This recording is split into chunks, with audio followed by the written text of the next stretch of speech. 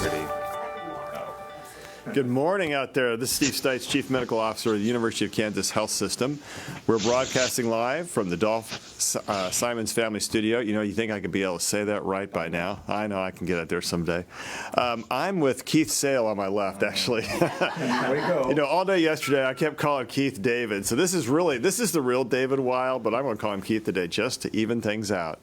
Also, Dr. Hawkeye, Dana Hawkinson, our Medical Director for Infectious Disease and Control, and Infectious Prevention and Control, and then Terry Tsue, who is our Physician-in-Chief of our Cancer Program and Vice President of Physician Services here at KU. So welcome everybody out there. So let's first turn to Dr. Hawkeye here. So Doc Hawk, Hi. How are things going this morning? Yeah. Things are good. Again, I think we have been cautiously optimistic about our numbers the last few weeks. Currently, we have 20 patients in-house. Half of those are in the ICU, and so hopefully, and it looks like our numbers are going down, as we now begin to open up or ease some of our restrictions as we get into that period. Hopefully they will continue to stay down. We'll see what our new baseline is. We expect a new baseline, but I would also like to mention that as we do open up and we are starting to escalate and accelerate some of our processes and our ability to do things here for our patients. And as far as infection prevention goes, we have been working very hard this past week to really put in the final procedures to make everybody safe when they do start to come in for clinics and procedures and those types of things.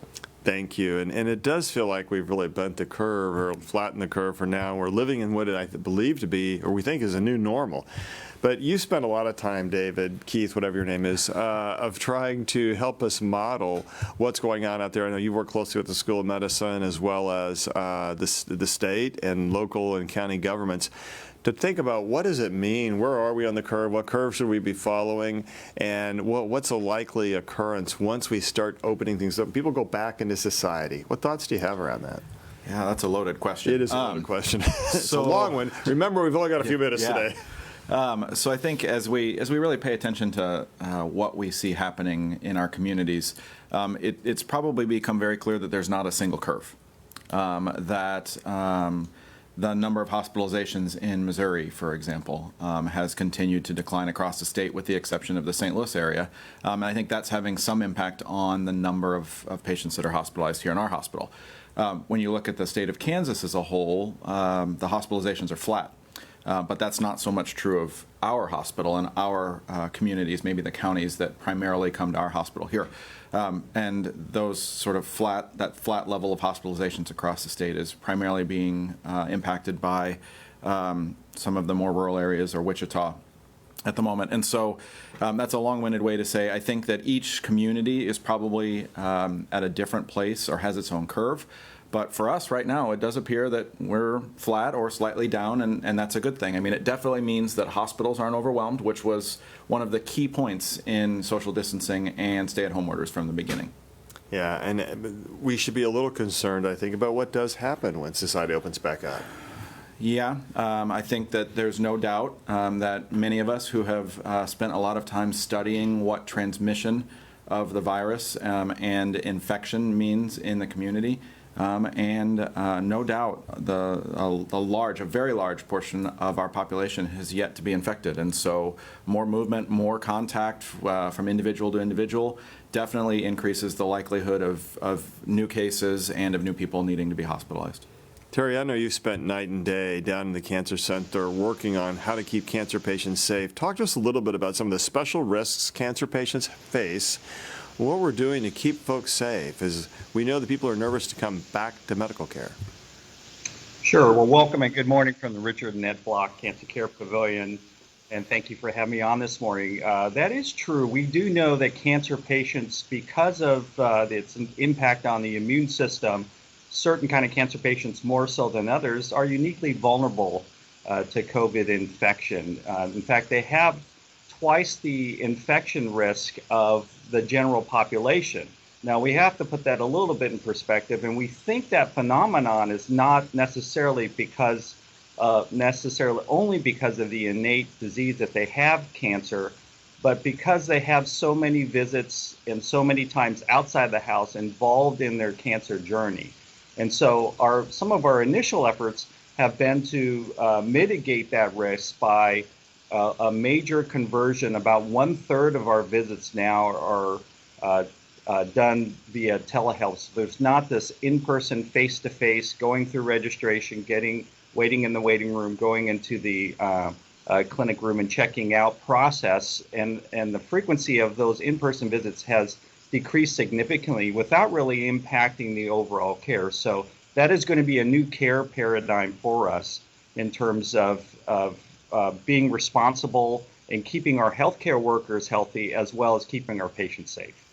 Yeah, it's such a big deal because you still want to get care. And I'm going to ask all of you to weigh in. Where are you more at risk? Home Depot or the grocery store versus the cancer center or one of our other clinics? So I'm a patient and I here at the health system and I go to get care and I still feel pretty safe. And admittedly, I'm a little biased, but what do y'all think?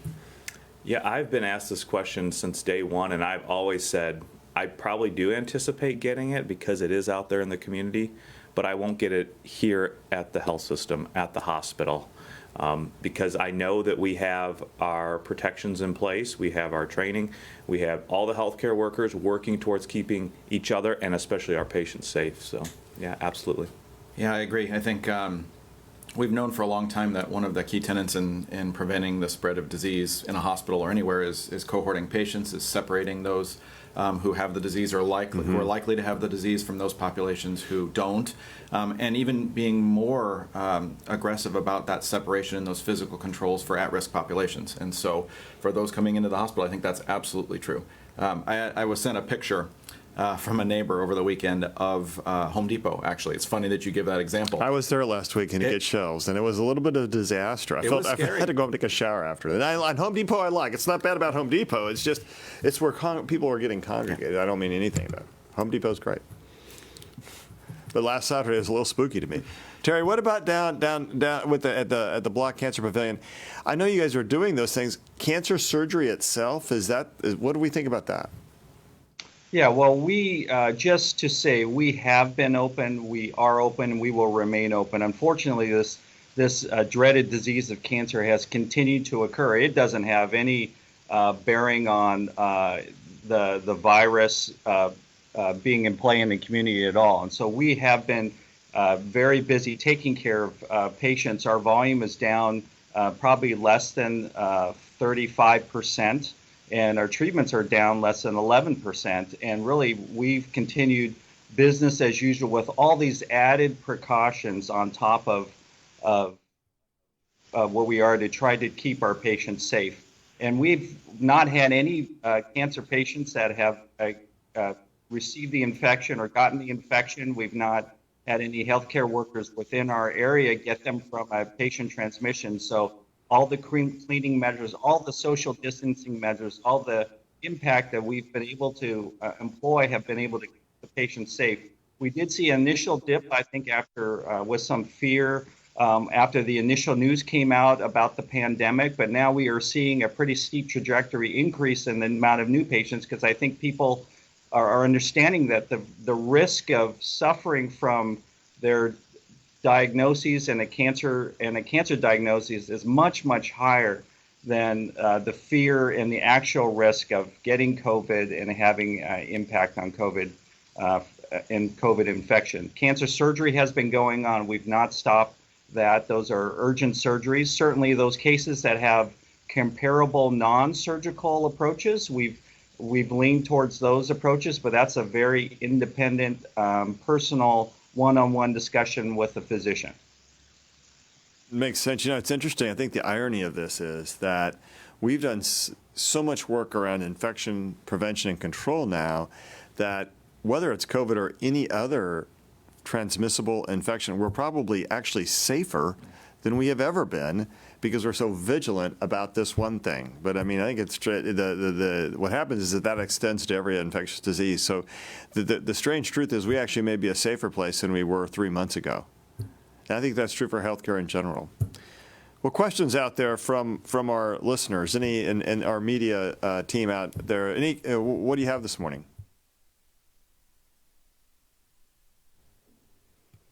I'm not hearing anything. So, Nate, do we have any questions from some of our audience that are coming through? Yep. We do actually. Somebody hopped on a little bit early and was asking about students who have been quarantined since March are now getting restless and they would like to hang out with a few friends. What should this look like? And she was thinking outside, 6 feet apart with masks. Is this overkill, too lax? What are your opinions? All right, Dr. Doc Cock, what do you think? Hanging out with your friends. Yeah.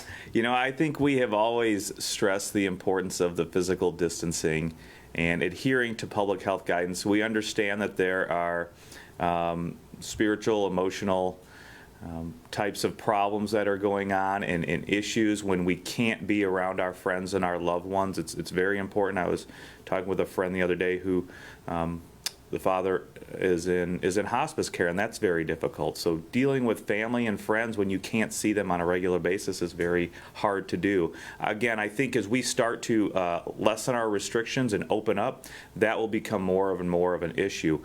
But we need to remember personal responsibility and things that we can do individually to reduce those risks. I think being outside is not a problem. We've always said that. If you can maintain your distance, if you cannot be sharing drinks or touching each other, hugging, handshaking, things like that, I think you're going to be fine. But again, we also do have restrictions on group numbers, so that needs to be taken into account as well. I think if you can do all those things, and especially being outside and not in an enclosed space, wearing your mask, I think it's probably a lot better, and you're going to reduce your risk of getting it or spreading it to another household. So let me ask the two of you, because I know you guys have spent a lot of time, we all spend a lot of time on these questions, but if you're outside and you're more than 6 feet apart and you can maintain 6 feet apart, do you need a mask as well? Come on, fess up, guys. Let's go. I would say from the pure science part, especially if you're outside, you probably do not. The mask was especially recommended if you can't maintain your physical distance or if you're in an enclosed space. I agree. There are some simulations that you've seen that kind of show what a sneeze in an enclosed space looks like, and that 6 feet isn't a magic number, right. That 8 feet is better than 6 feet and 10 feet is better than 8. And that's probably true to some extent, but I think, every foot away, if you will, that you get, the less the risk. Mm-hmm. There's probably a small benefit of source control even outside, but I think realistically the impact of that on transmission, if you were 6 feet apart and outside and not touching horizontal surfaces, is probably small. I think it is really too.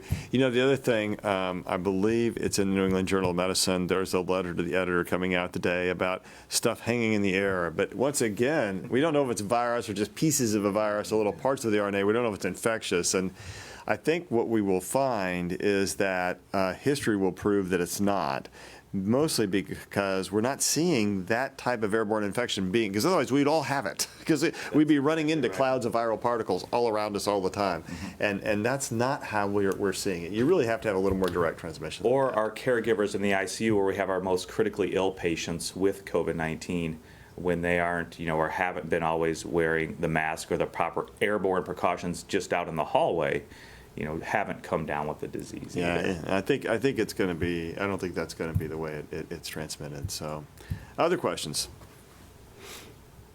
Yeah, I have another viewer who says that she lives in Johnson County and her elderly mother lives in her own home in rural Kansas.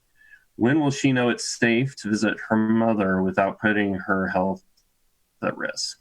Oh boy, this is a question. This is going to be fun because this is one of my pet peeves, and David and I and Dana both know it, so we're probably going to get into it. Yeah. All right, David. Well, I think this actually goes back to maybe an answer previously here, that each area is on their own sort of curve. And we've heard from across the state. And by that you mean rural Kansas is a different each curve community. than Johnson County. Yep. Because those disease got there later, and so it's going to have a little bit later ascendancy. Yeah, and I think we've heard a handful of times from patients and from providers even across the state that there is a perception, especially in areas where the population density is lower or the area is more rural, that this is not a disease of rural areas. And I think we've seen over the past week or two in Kansas as well that isn't always the case. And so I think that the best answer I can give you about when is we don't know. We just don't know. But there are many steps that you can take to make that visit safe to your mother. And I think you probably can do things in a way that includes physical distancing, lots of hand hygiene, appropriate use of masks that would make that visit as safe as possible, because I don't think it's going to be magically in 1 week or 1 month that it is safe to not do those things.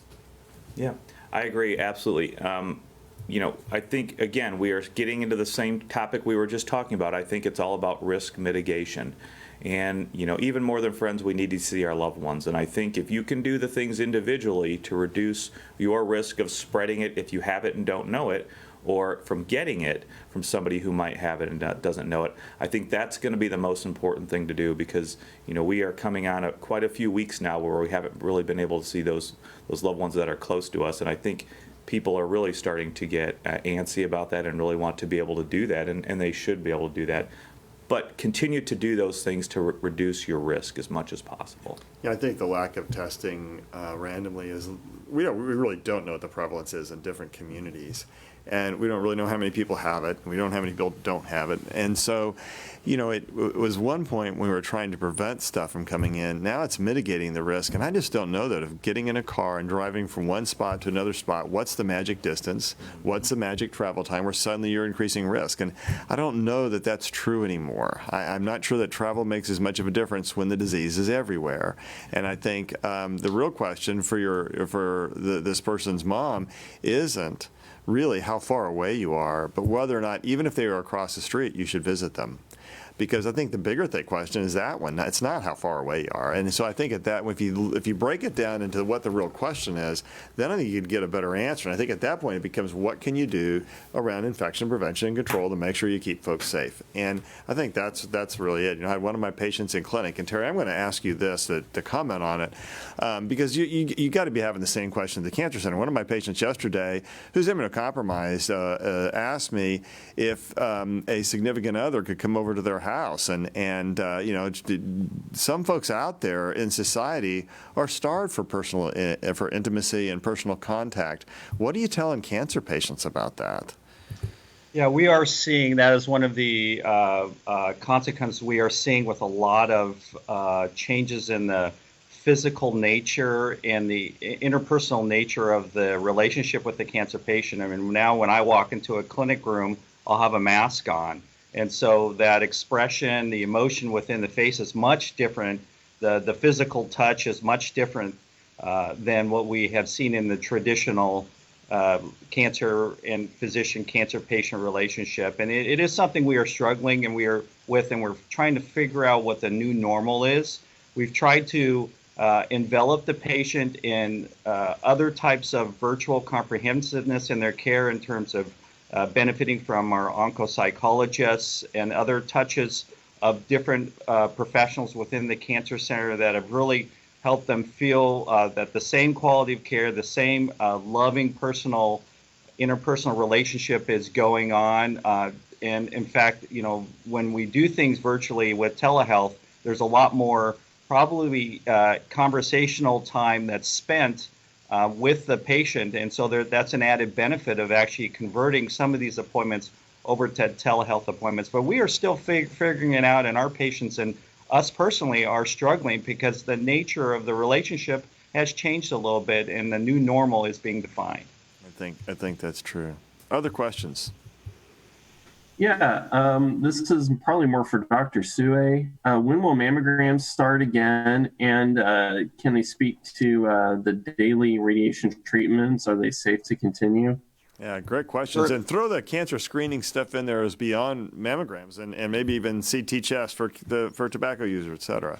Correct. We have and are in the process of reinitiating our kind of worried well non-cancer screening exams to really capture any problems at a very early stage. That was deferred up to this week, and we are ramping that back up because of the change in the COVID environment.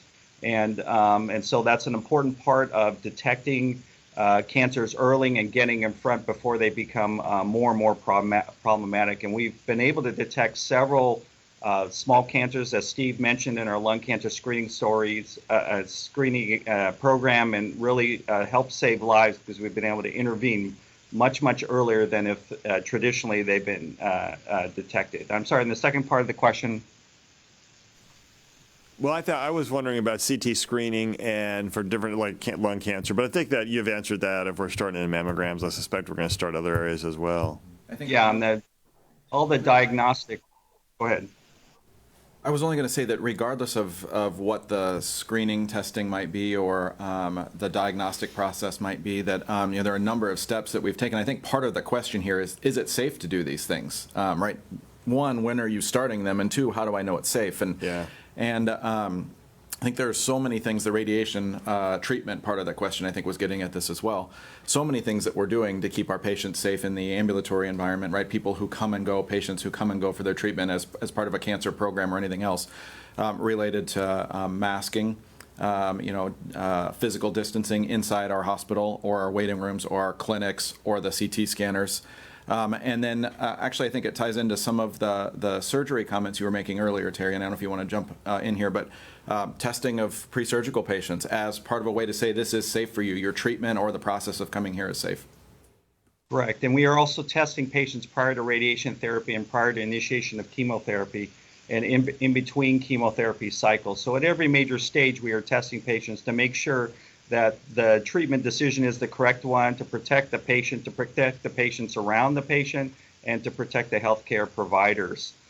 Radiation treatments have been unabated. Their volume is even less, has been less impacted. We've had no infections involved, and I think it's because we've been very vigilant about all the physical distancing, all the hygiene, the heightened environmental care cleaning that goes on every single day, the decreased interactions with the number of personnel. We're clustering care, so the number of people that come adjust the patient, move the knobs and dials has been minimized to the minimal risk of interfacing with another person during those treatments. These treatments, again, classically radiation treatments last 15 to 20 minutes, so they're very, very fast interactions as well. So we've really not seen that to be a problem, again, in really near full volume in the cancer center. We're actually a little bit worried about hyper volume because there's been this kind of pent-up fear. People have been staying home with symptoms, and now as the diagnostic and screening exams open up even further, we're worried that we'll have kind of a surge of our own going on, and we are preparing for that with our new normal procedures. How long after cancer therapy, be it chemo or radiation, do you have a sense that it takes for patients' risk around COVID to return closer to normal? Is it just when they're getting treatment, or does it stay with them forever? Yeah, we don't know the answer to that. We are studying that under Dr. Wei Jing's son as well. There's two national databases that are help wrap their hands around that particular question. We know particular types of surgery and particular types of radiation are not really going to be too impactful to the patient's risk because they're not in aerodigestive parts of the body, so they just really probably are not as impactful on that risk to the patient. We think the risk to the cancer patient overall is less on its immune system, but more on because we need to see those patients more. They have to come in for laboratories, they have to come in for x-rays, they have to come in for exam visits. So we're trying to balance that need for them to come into what is safest for the patient. And so we're still figuring that out. We know that many types of immunotherapy and other types of chemotherapy don't suppress the immune system to make the patient as susceptible to viruses as maybe probably hemalignancy type treatments or bloodborne type cancers. We do know also that there's some preliminary evidence that certain patients on certain types of therapy actually have a decreased immune response, and so maybe aren't manifesting as severe an infection if they do subsequently get that in their lungs and other parts of their body because their immune system has been stunted. So there may be actually a side benefit effect of certain types of these therapies, and that's still very early in our knowledge on that. But we're hearing that a lot out of these centers that have had large number of cases. So safe to say, to some degree at least, that the further out you are, the safer, the more likely you are to look like a normal person, such as if any of us are really normal, and that 4 or 5 years not having to have active therapy, you're probably pretty safe from that standpoint. Probably back to normal, and probably at a higher risk of community acquiring it than certainly coming here. And then you always have to balance that with the risk of not getting the right follow-up, getting the right therapies. And then for us, that is pretty simple. That is a much higher risk of not doing what the recommended medical therapy is than of catching this infection because of its low incidence and prevalence. Well, I think it's really an important point to our listening audience. You can't wait a year or two to go get treatment. And COVID's going to be with us until there's vaccinations and therapy. And that's probably a year or two. And so unless you're going to wait that long, it's probably good to go get treatment now. Other questions? Yeah, I have another cancer-specific question. Somebody was asking that if a patient were to be in a crowd next fall, is there a safe way for them to do it, or should they avoid crowds indefinitely? All right, Terry, and then we'll turn to Dr. Hawkins, see what they're thinking. But Chiefs games, Royals games, Jayhawks, what are you thinking? Well, I think again that practicing physical distancing is probably going to be part of the new normal for any person's life, even those with cancer and without cancer. I think you just need to safeguard as much as is recommended using evidence-based knowledge. And when Chiefs games reopen, when baseball games reopen, they're going to take all that knowledge and apply that. It's probably going to look differently than it does today, and I would follow those guidelines.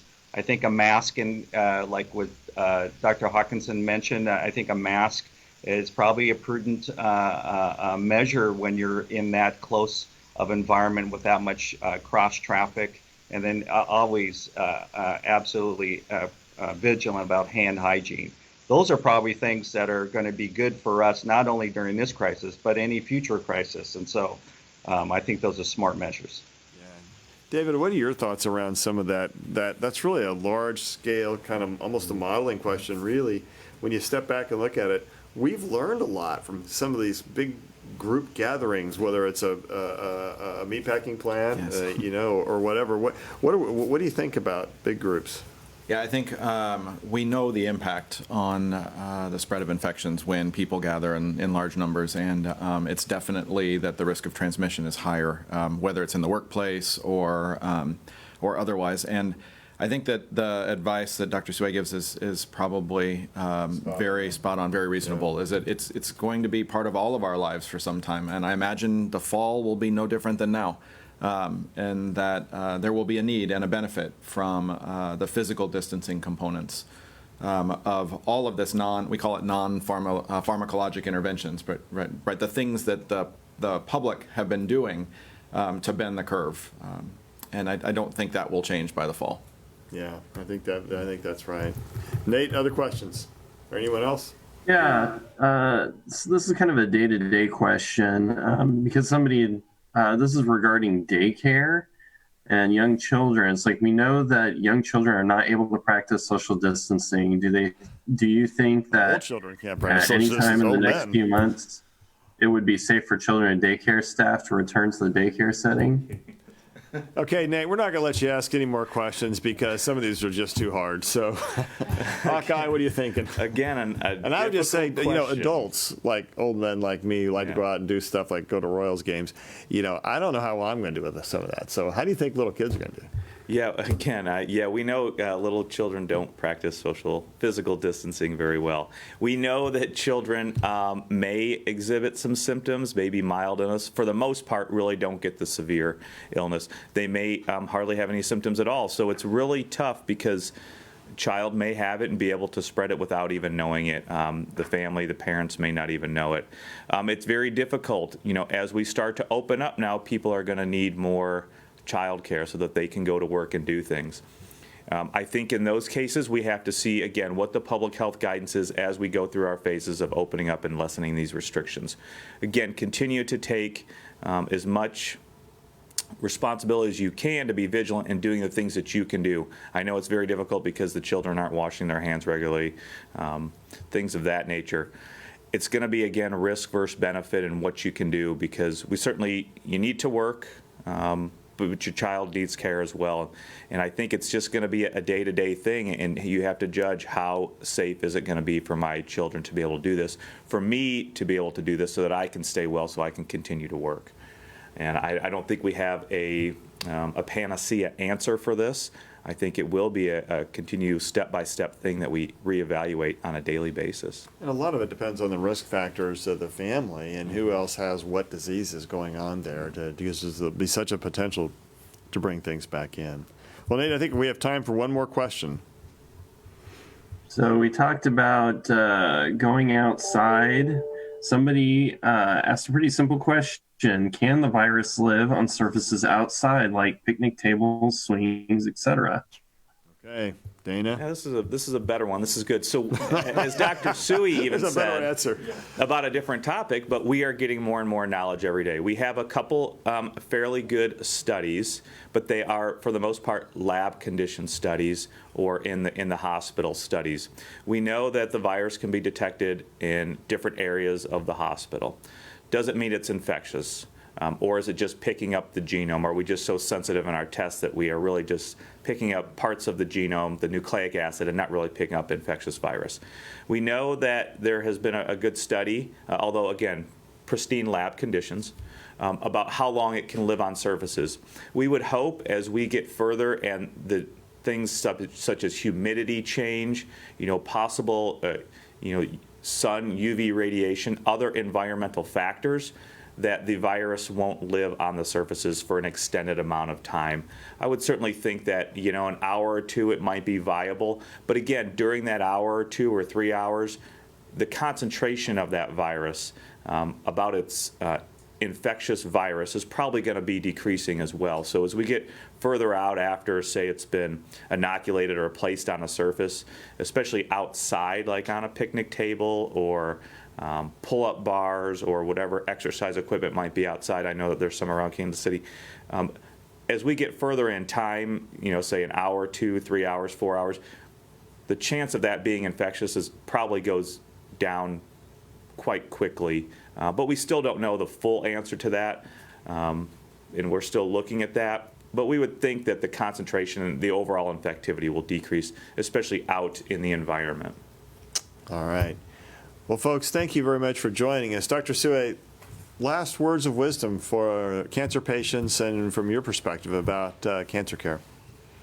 Yeah, really, if you're having symptoms or problems, please get a hold of us. Please get a hold of your primary caregiver. Again, the risk of delaying a diagnosis, a risk of affecting your outcome because of disease such as cancer is much, much higher than the risk of this infection right now. So, yeah, that makes sense. David, you're the modeler. What are you thinking? Yeah, well, we're going to open up. Yeah, we're going to open up. You might be shocked by this, but I feel like we're slowly getting enough sort of positive signals that it feels like we probably are in a good place right now. This level of hospitalization and level of infection is one we can manage, and opening it up will likely change that. But I hope and think maybe even it's reasonable to expect that impact, that increase, is not so much that it taxes the system and creates a capacity issue at hospitals. And I think that's a good thing. That was,